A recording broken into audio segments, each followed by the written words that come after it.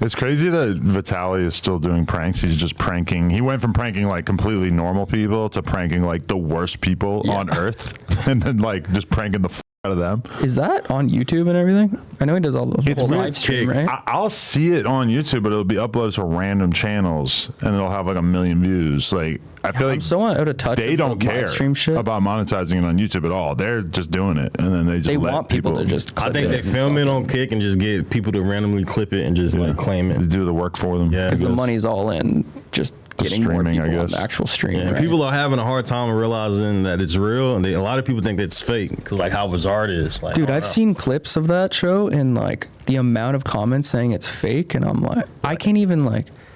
I mean, I think I'd have a pretty good eye of knowing when shit's fake for what I do, but like, I don't understand when people say it's fake. Why would an actor, like, how much would you have to pay an actor to be like, oh, I'm going to do this and not blur my face and never be able to work or do anything again? The part that makes me killed. The part that makes me feel like it's a prank, even though I know it's not, is like just how can a celebrity assault a random person without expecting that they're going to get sued? But then I guess the way it works is kind of like they basically like aren't going to get arrested for this.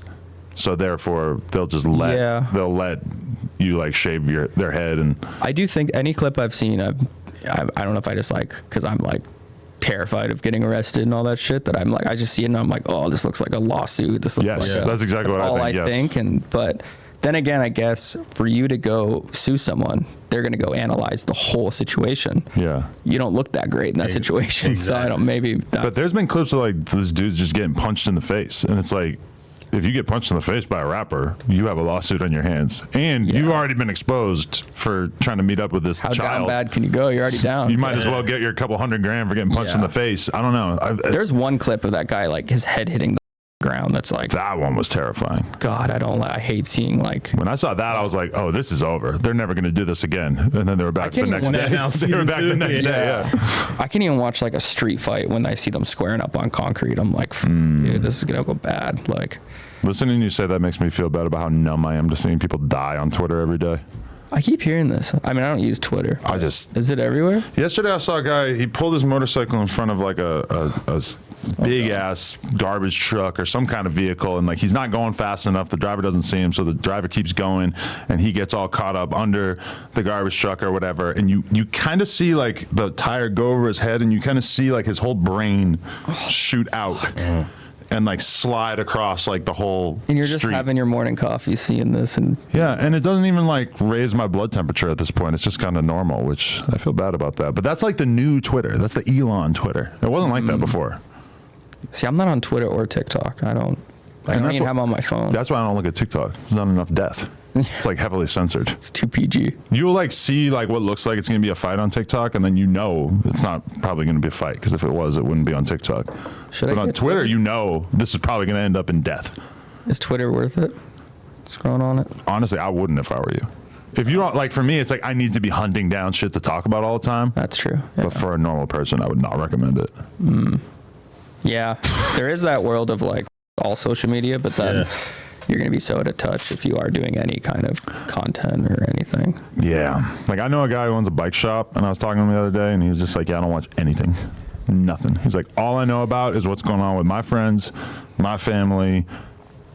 Once in a blue moon, I might see like a news story on TV, and I'll just be shocked like by what the rest of the country is freaking out over. And it is true. That's like that guy's probably happier. He seems pretty happy. Yeah. He's like 50 something. He's like just chilling. He's like, but you know, it's like what does this guy need to know about like Joe Biden doing badly in the debate? Like, you can just ignore that. It's fine. That's my take on it. Is all this shit we think we need to be connected to? It's like.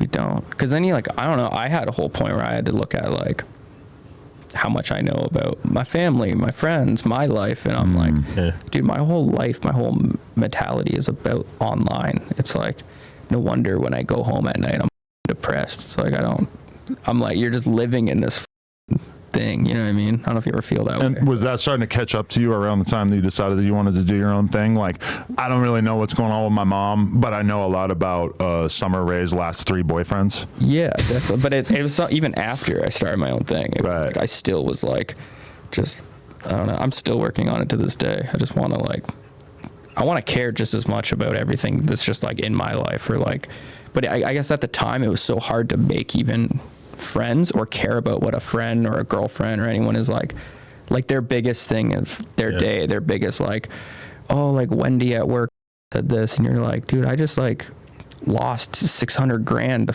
Like whatever your problem is happening is always so much bigger. So you just like, you can't like let it in.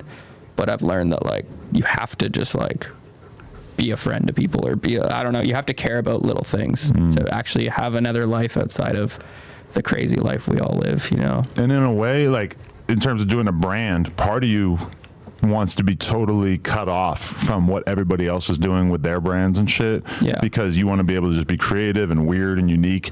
And then at the same time, though, if you don't have any clue what anybody else is doing, then you're going to rip people's shit off by accident, because there's a lot of ideas that are kind of like in the zeitgeist that like a lot of people might have similar ideas, or, you know, who's going to model our new shit? You know, you might accidentally pick the girl that just modeled somebody else that their brand is kind of just like close to your brand. And it's like, you're going to look stupid as if you have the same, you know, it's like part of it. But if you're not reading the comments, then does it even matter? If you're truly not ripping and you're like, because I've battled, not to cut you off, but I've battled this too, where I'm just like, I could act like me being on Instagram, knowing how to make the best ads or what's performing or doing all this shit helps my company. But I'm also like, if we were just all detached from it and just sitting here grinding, working on what we want to make, you're probably going to make a better product that's unique to you. I almost think that we like do copy everything we're seeing, kind of like you're following this formula that you're seeing every day of everyone else. And it's like, I mean, I imagine the 90s were so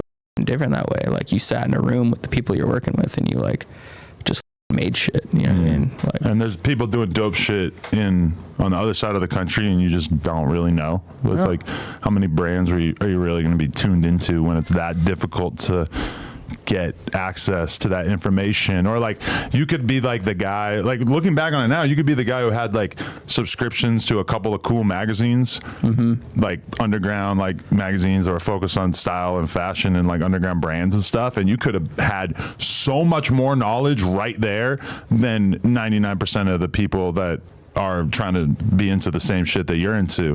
And it's like, now everything is so flooded that it's just, I don't know, everything's just so unbelievably overexposed that it's you're constantly trying to find like any little thing to be able to make your brand unique.